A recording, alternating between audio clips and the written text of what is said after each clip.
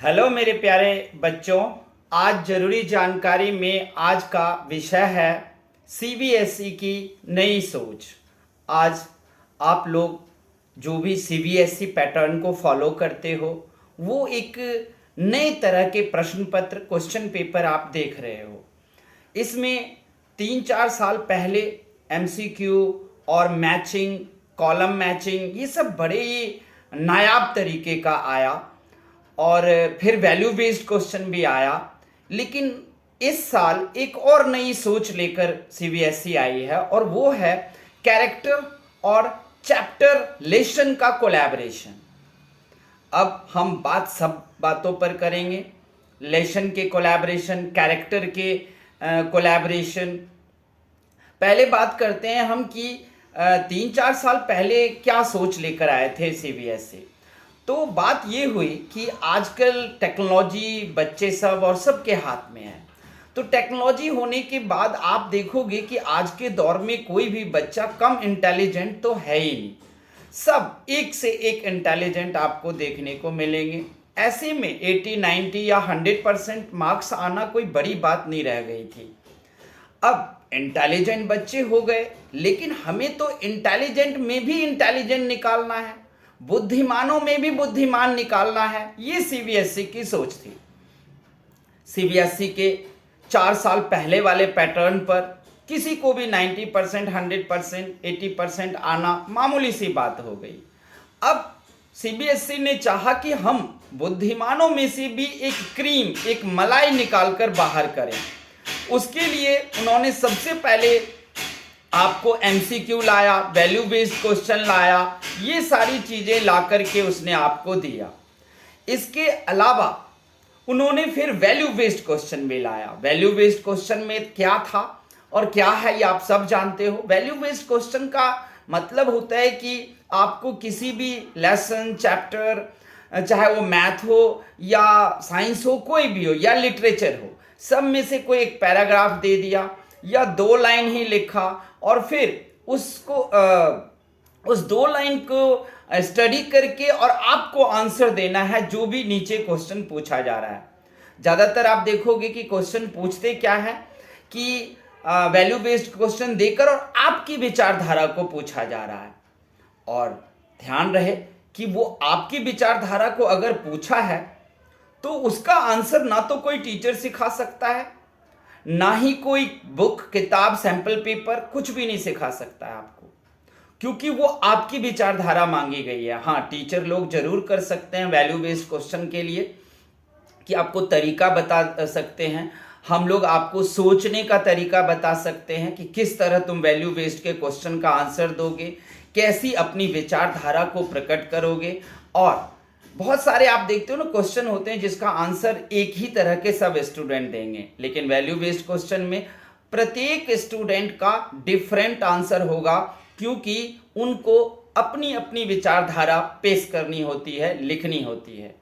अब बात आती है लेसन या कैरेक्टर या चैप्टर कोलैबोरेशन की।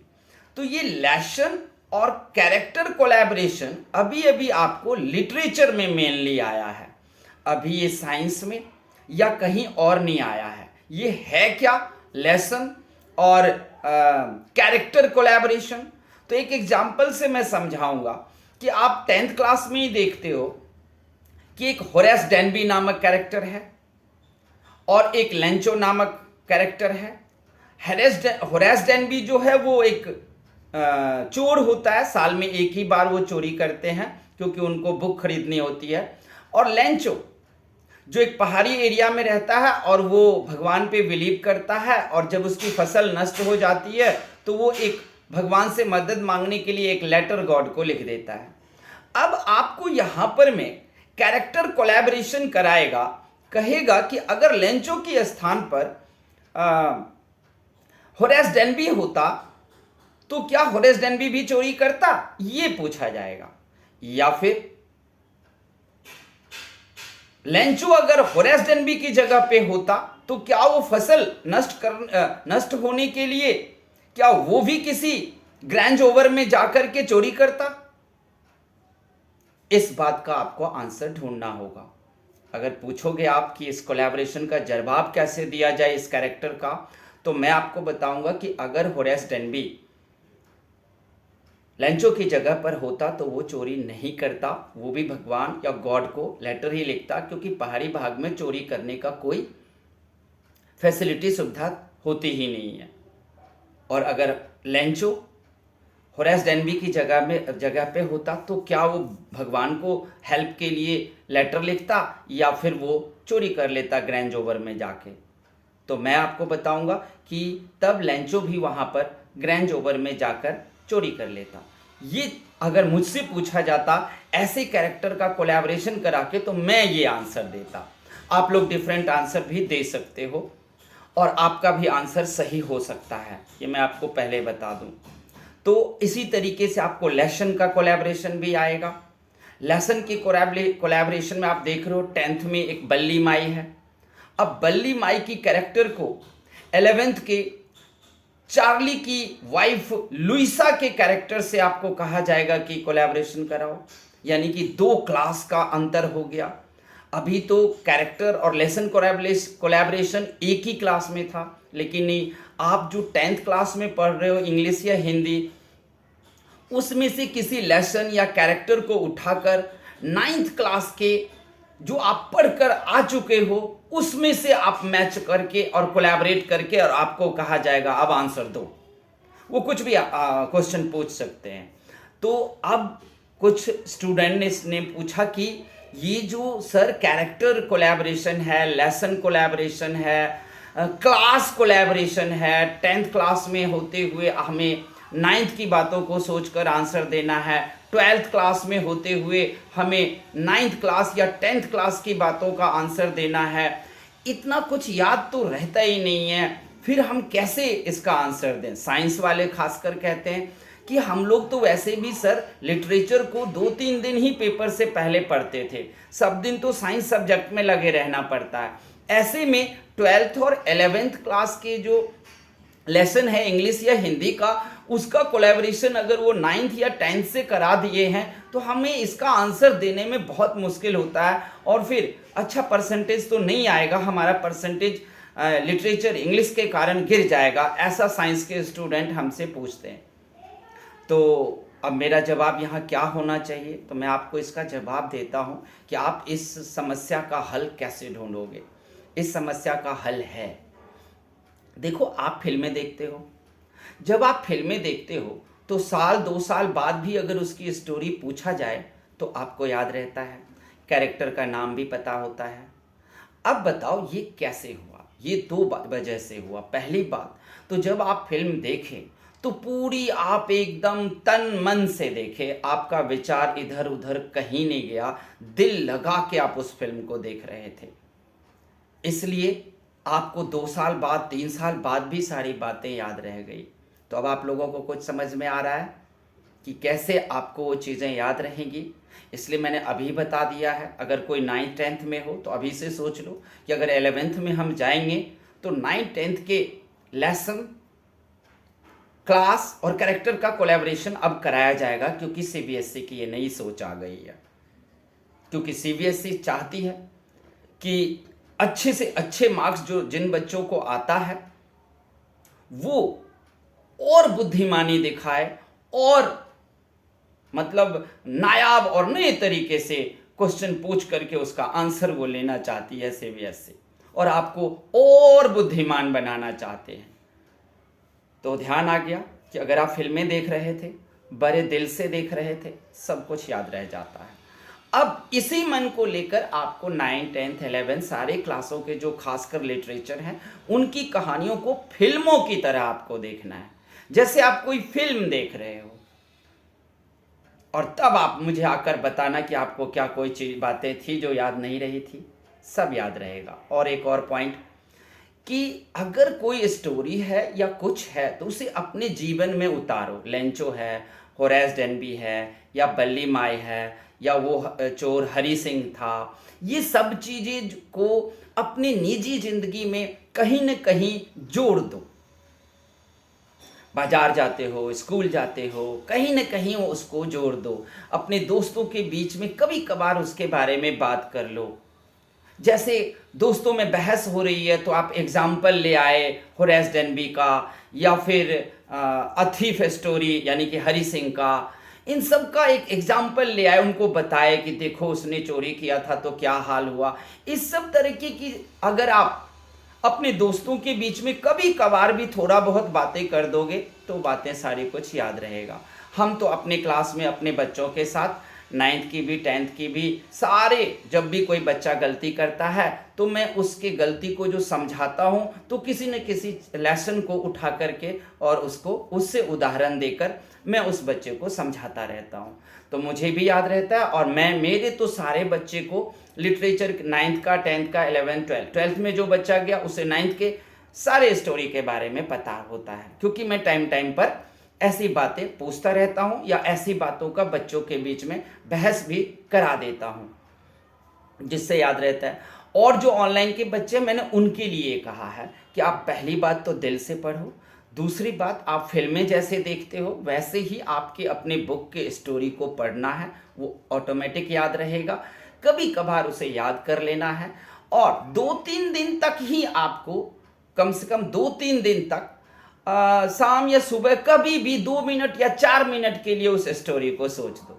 3 दिन के अंदर ही वो आपको लॉन्ग मेमोरी में चला जाएगा। पहले जो एक बार हम पढ़ते हैं, 2 बार पढ़ते हैं तो वो शॉर्ट मेमोरी में ही रहता है, हमारी सीखी हुई चीज़ या याद की हुई चीज़। उसे लॉन्ग मेमोरी में अगर भेज दो तो लॉन्ग मेमोरी वाला बात हम कभी नहीं भूलते हैं। हमारे दिमाग में 2 तरह के मेमोरी होते हैं, एक शॉर्ट मेमोरी, एक लॉन्ग मेमोरी।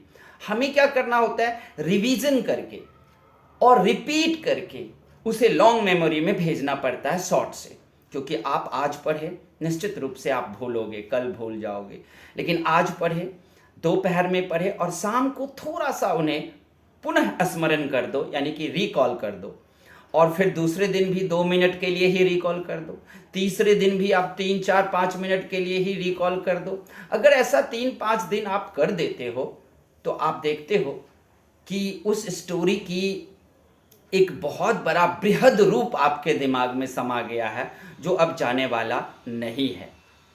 आपको याद रखना है, बचपन में कोई घटना घटी वो भी आपको याद रह जाता है।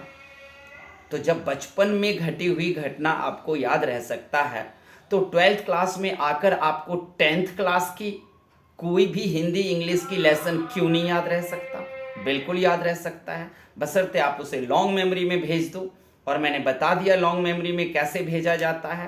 पहले शॉर्ट से रिवीजन 3-4-5 दिन तक कर दो उसे, और ज़्यादा बैठ के किताबें नहीं पढ़नी है, बस उसके बारे में बैठ कर के 5 मिनट के लिए ही, लेकिन रोज रोज 3 या 5 दिन तक उसे सोच देना है, वो आपके लॉन्ग मेमोरी में चला जाएगा।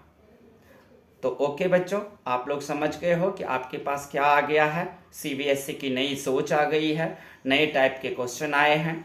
पहले तो नए टाइप थे ही, वैल्यू बेस्ड क्वेश्चन तो था ही। अब आपके पास जो है वो है लेसन, कैरेक्टर और क्लास का कोलैबोरेशन है ये, जिसमें एक जगह पर रख के दूसरी जगह पूछा जाएगा। आपको खुद से भी पूछा जाएगा कि आप अगर होरेस डेनबी की जगह पर होते, आपको किताबें पढ़ने की अगर एक लत होती, एक नशा होता, तो क्या आप भी चोरी करते? ये आपसे ही पूछा जाएगा। ध्यान रहे, इन सारे प्रश्नों का उत्तर देने का हम लोग तरीका बता सकते हैं।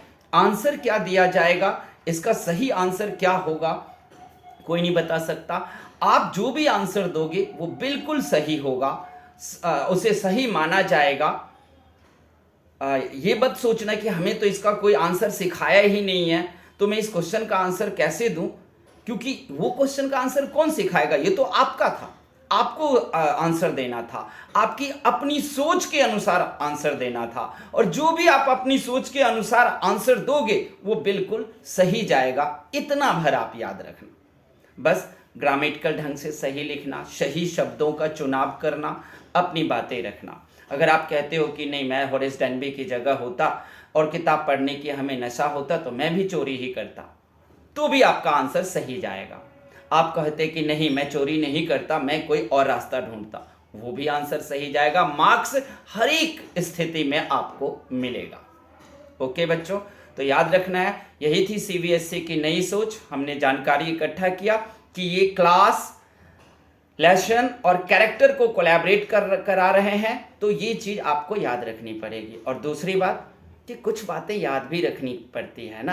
अब आप अगर राजा भोज से दोस्ती करोगे, बड़ी पढ़ाई पढ़ोगे, सीबीएसई की ये जो नई सोच है, उस सोच के अनुसार वो देखता है कि ऐसे उलझे हुए क्वेश्चन डालकर कौन 100% लाएगा, कौन 90% लाएगा। तो अगर 90 और 100% लाओगे तो इसका मतलब हुआ कि आप बहुत बड़े विशाल क्षेत्र में हाथ डाल रहे हो, राजा भोज से दोस्ती कर रहे हो। तो राजा भोज से दोस्ती करोगे तो थोड़ी सी मेहनत तो करनी पड़ेगी, थोड़ी सी बातों को आपको याद रखनी पड़ेगी, क्योंकि ये आपके लिए ज़रूरी है। ओके, तो आप लोगों को अगर ये चीज़ अच्छा लगे तो आप हमारे चैनल को सब्सक्राइब करना। हम इसी तरह से आपके लिए नई नई जानकारी सभी स्टूडेंट्स के लिए लाते रहेंगे। धन्यवाद। हमारे चैनल को सब्सक्राइब जरूर करना।